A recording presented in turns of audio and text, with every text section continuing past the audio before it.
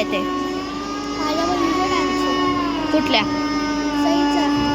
ही इथं कुठल्या? कुठे माझी दीदी? नाही तिकडून तिकडून ती पोरगी थांबली ना कमरेवर आठवून त्याच्या पाठीमागं.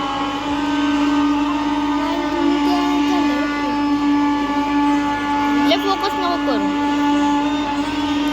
थोडं कर माझ्यावानी आडवं कर, आडवं धर. हा आता आलं का? आता फोकस कर. काय काढतोय कॅमेराचा व्हिडिओ?